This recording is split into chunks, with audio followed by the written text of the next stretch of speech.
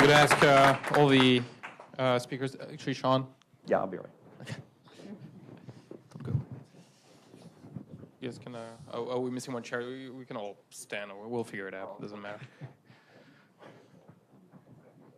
Chair. So there were a lot of questions. So I'm just going to ask one question, and then I'll open it up to you guys. And it's a question I always like to ask at the beginning of those panel discussions, because I'm personally fascinated by that. So what's your sort of entrepreneurial story? I mean, this is as much a data event as it is a startup event. I'm just curious about things like how you came up with the idea, how you met your co-founders, how did you get the whole thing started? So maybe since you guys are here, do you want to start? How do you guys know each other? How did you come up with the idea?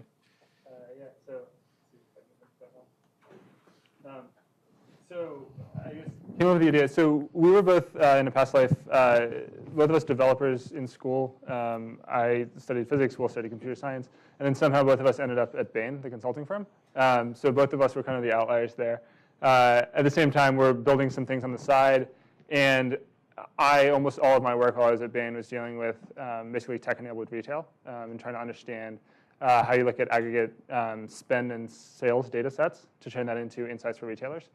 So I did that for almost 2 years. Will and I were working on the side about all of these side projects and ended up working on this one just halfway because I knew what I was talking about. And we thought there might be some applicability from the larger data set. But as I kind of mentioned earlier, what we're building now was an evolution because we simply just didn't have the tools to build what we wanted to build. And we talked to a bunch of other developers and found out that they didn't have the tools either. And that's how it's evolved into what it is now. So Quantopian is actually my second company. My first company was called Tamale. And that started because I was a research analyst at a hedge fund, and I was a terrible research analyst, both in the quality of my work and my desire to do it. So the portfolio manager there is this great guy, and he said, Fuss, you really shouldn't do this anymore, but you seem really interested in software, so why don't you start a software company? And I think a lot of things in life are like that. He gave me a chance. He backed me. I didn't really know what I was doing or what I was going to do, and it took a long time to figure it out. And so I was at Tamale for about 9 years, and we sold it to Advent Software. And I hung around for a while longer. And actually, my co-founder I met because I hired him out of school into Tamale. So we started Quantopian together. And then the problem we ran into because people with consumer startups always talk about build something for yourself, scratch an itch, which I think is a great piece of advice for all companies. In enterprise, I think it's a little bit different, and I think about it as a relationship with your user. You want to find users that you really want to service, that you want to spend a lot of time with, that you're curious about. And so in the course of my work, my prior company, we started off selling to fundamental analysts. We ended up meeting a lot of quants, and quants are just cool people. They're really interesting. They're definitely quirky, and they're really intelligent, and they think about the world in a very different way. And so I just really wanted to make a product for those people. And so I didn't really know what the product was going to be, but I knew who I wanted to be selling to. And so we basically did the research, meeting with people and asked them what the problems were. So I've been a big bank guy pretty much my whole life. And when I left Capital One about 6 years ago, I knew I didn't want to do that again. And no offense to Capital One. And so I got introduced to Douglas via some VCs. I've been kind of poking around in consumer finance, and he was poking around in consumer finance. And I said, you know this data and algorithms, but you don't know squat about lending. You should probably find a guy who does. And that was me. So we actually, I think we were introduced by email on Monday, and the following week I was in LA, and we were off and running. So it's a story of VCs actually adding value. Our VCs always add value. Good answer. Twitter that. All right, so there were questions. You guys should feel free to ask questions to the group or to individual companies. And there were mics passing around. All right, you take this part, I'll take this part. How's that? So on the Zest Finance question, one of the things that you've seen in the credit industry is that credit lending has a lot of compliance aspect to it. So part of the reason you want parsimonious models that can tell you why you're denying a credit called redlining. How do you take that and apply it to when you have hundreds and thousands of variables? Yeah. Okay, so let me break that into, I think, two halves. There's how do you know the model really works, right? And that is, we do holdouts so we can validate against that, and that's how I know it really works. Now, I am sure that for a large organization, it will take a while for you to convince your legal team and your compliance team and everybody else that these techniques work.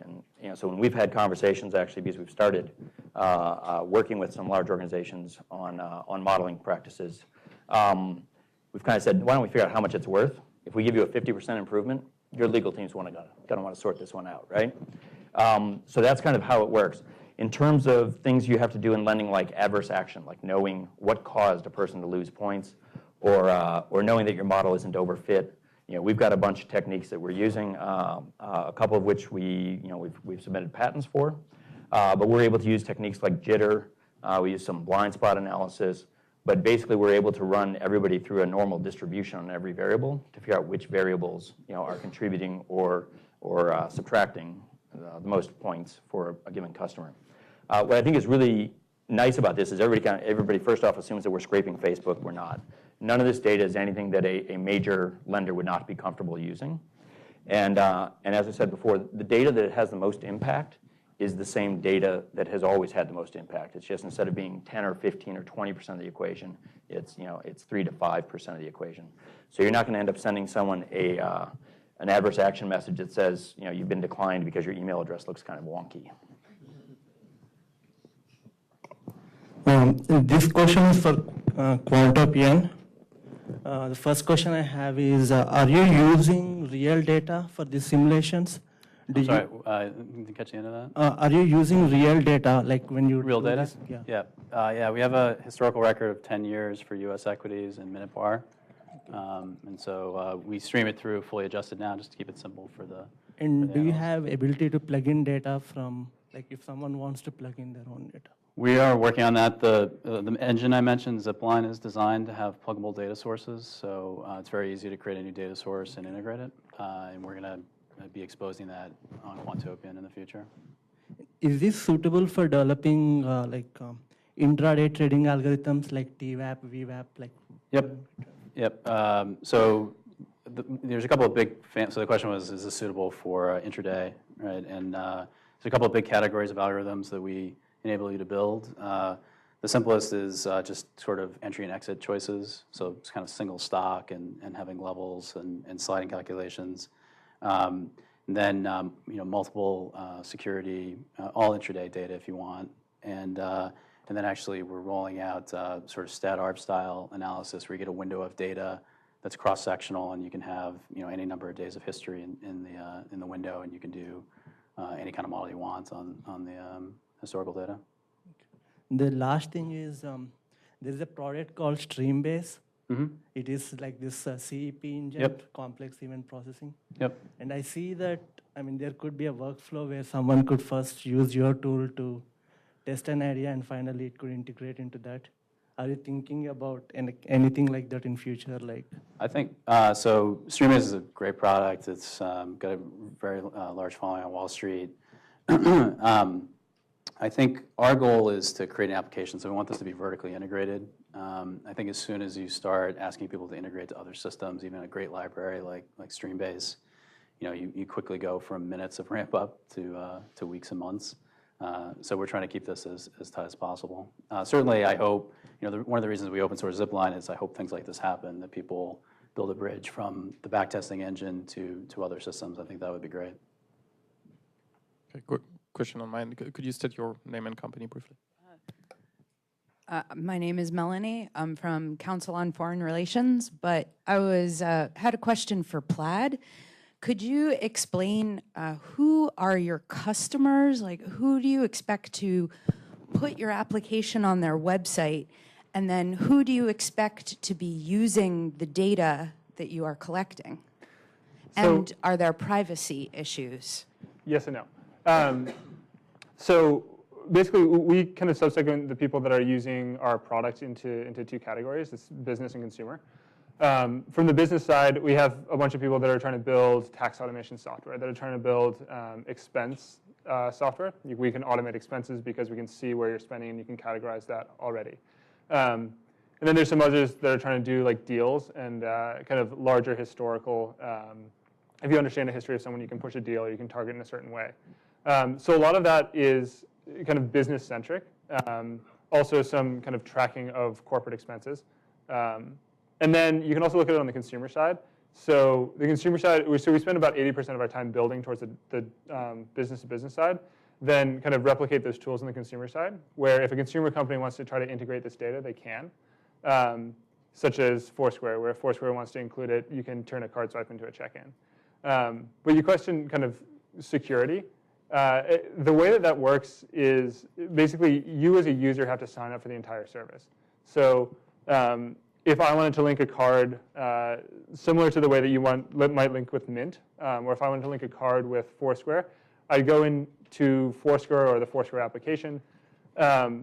We would, as I said, you can drop a line in as a developer, and then we populate your onboarding box with the credentials that we need, which are generally your online login and password. From there, then we go and create the relationship with American Express or whoever is giving us that data.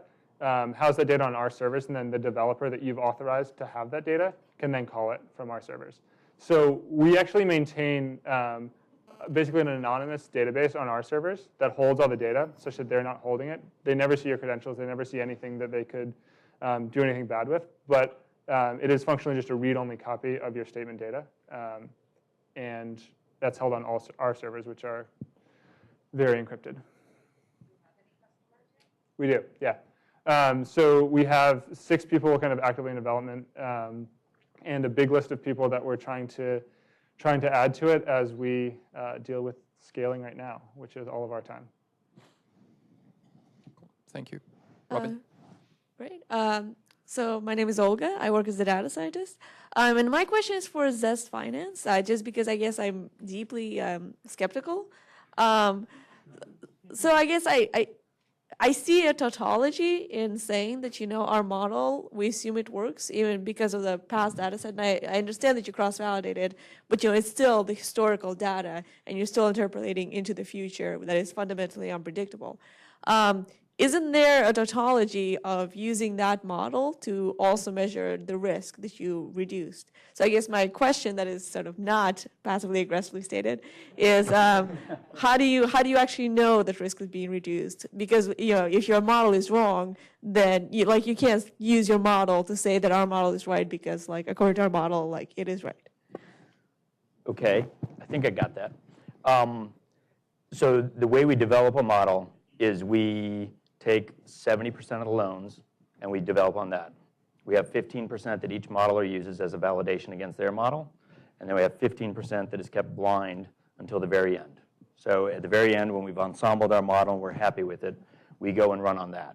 So, that is as good as a technique as I know of to validate that your model will work in production. What I can tell you is that when we launched our model at the beginning of December, we're in a very high-risk segment. Our customers are polite enough to have a very fast feedback cycle because many of them don't pay on their first payment. So when we implemented in December, we saw fraud drop overnight by about 98%. And we saw first payment failures drop by more than 40%, between December 1st and December 2nd when we implemented the model. So some of that expectation is prospective, but we have seen it actually in production. Did I answer your question to your satisfaction at least? Okay, good enough. You'll hit me up later if I didn't. Hi, my name is Matt Kroll. I work for 10Gen, the MongoDB company. I have a question for Zest Finance. I actually grew up in a family of lawyers who worked in the insurance and reinsurance industries, so I grew up learning about underwriting, which is an odd topic for your family dinners. So, it's really interesting what you guys are doing, but, obviously, if I know my dad were here, he'd be asking, when is this product going to be expanded to securities underwriting, large-scale institutions, to, companies where they're writing $100 million life insurance policies and complex, billion-dollar insurance transactions? I don't know when it will be used elsewhere. I believe it took Fair Isaac roughly 30 years to become an overnight sensation. I suspect that the feedback loop is a lot faster now. So I don't think it will take 30 years for big data machine learning to really take hold in financial services. But I've talked to all top 5 credit card issuers. We've been pinged by more than 100 companies that are interested in using our methodology. And when I talk to Citibank, they have no idea what the hell I'm talking about. And to be fair to them, 3 years ago, I didn't know either. So, I mean, until I met Douglas, I didn't know that this was something I was missing out on. So I think it will be quite a while before this really becomes commonplace. My hope is that we accelerate this because we think it'll be worth money to us, but we think it's also really of a lot of value to consumers in the end.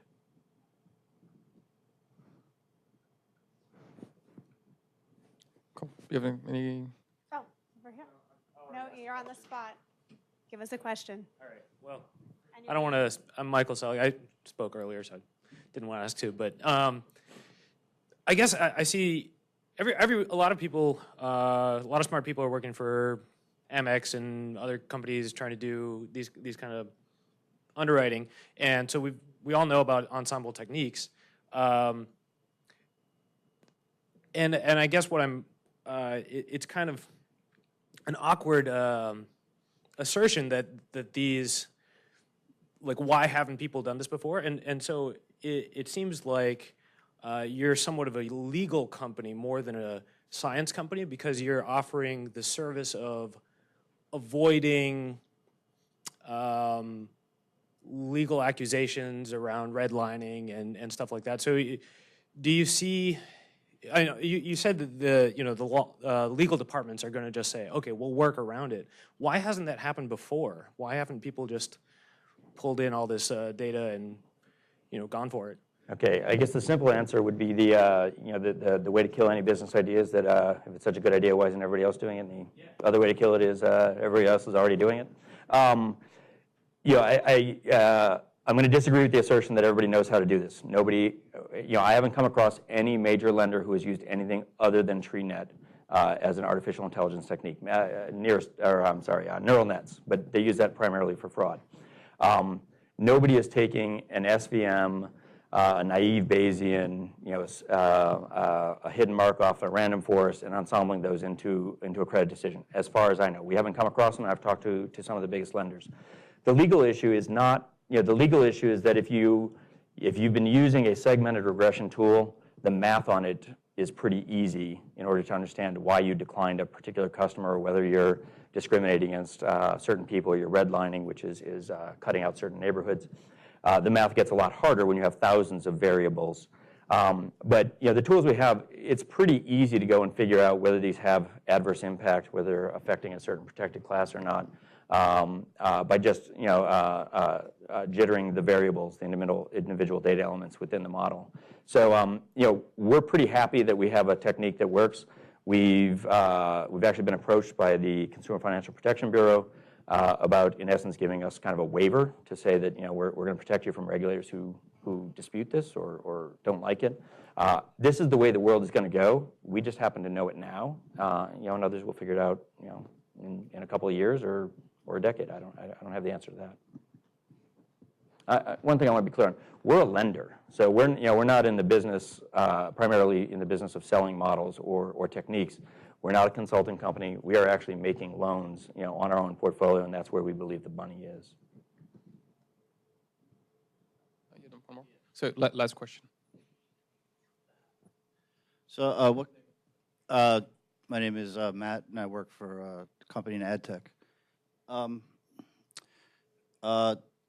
What kind of challenges do you guys see in terms of latency, in terms of, like, typically when you're adding these sophisticated techniques, the scoring becomes, like, very computationally intensive? You're asking? Yeah, so we've done a fairly clever thing, which is we build our models in R and we implement our models in R.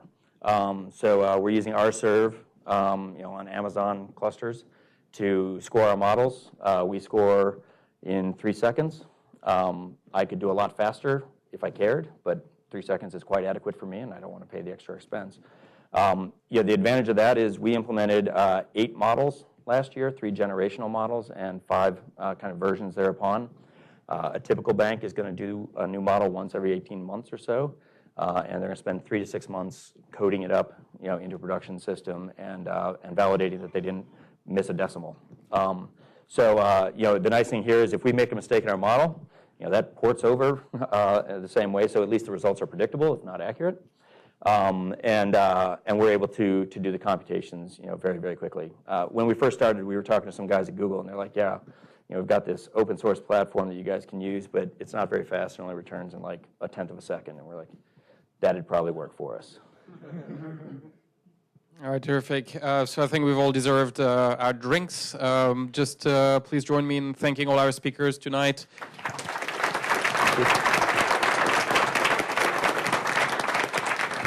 And thank you very much for coming, and stay tuned for the next event in March, which we'll announce in the next few days.